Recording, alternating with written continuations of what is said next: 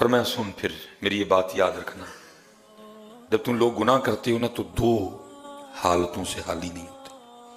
پہلی حالت، جب تم گناہ کر رہے ہوتے ہو تو یہ تمہارا گمان ہوتا ہے، یہ بات تمہارے خیال میں ہوتی ہے کہ میرا اللہ مجھے دیکھ رہا ہے۔ حضرت جو بڑا کمزور سے کمزور ایمان والا ہے نا، وہ بھی جب گناہ کرتا ہے کسی نہ کسی جگہ اس کے بھی اندر یہ دیا جل رہا ہوتا ہے کہ خدا دیکھ رہا ہے۔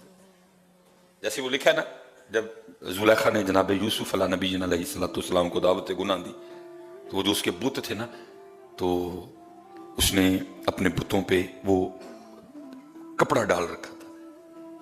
جناب یوسف علیہ السلام نے اس کو مخاطب کیا، پوچھا، اپنی وجہ یہی تھی کہ یہ باز آ جائے اپنی ارادے سے۔ آپ نے فرمایا یہ تو نے اپنے بتوں